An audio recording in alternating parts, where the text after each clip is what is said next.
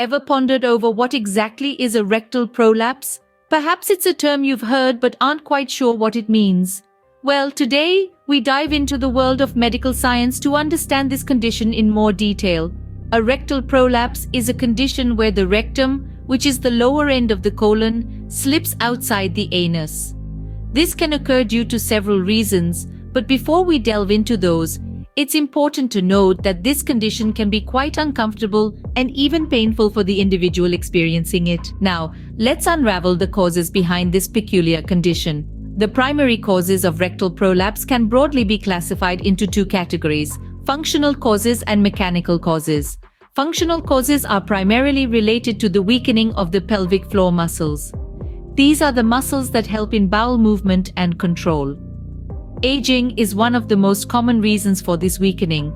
Childbirth and surgeries can also cause damage to these muscles, leading to a rectal prolapse. On the other hand, mechanical causes are related to the physical problems in the rectum or the surrounding area.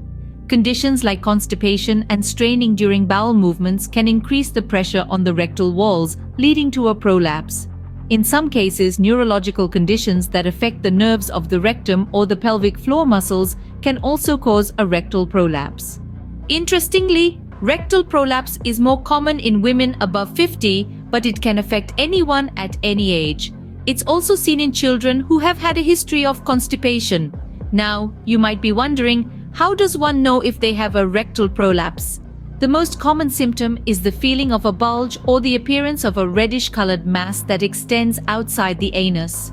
This can happen during bowel movements or when the person is standing up. Other symptoms may include pain, discomfort, bleeding, and incontinence. There are three types of rectal prolapse: partial, complete, and internal.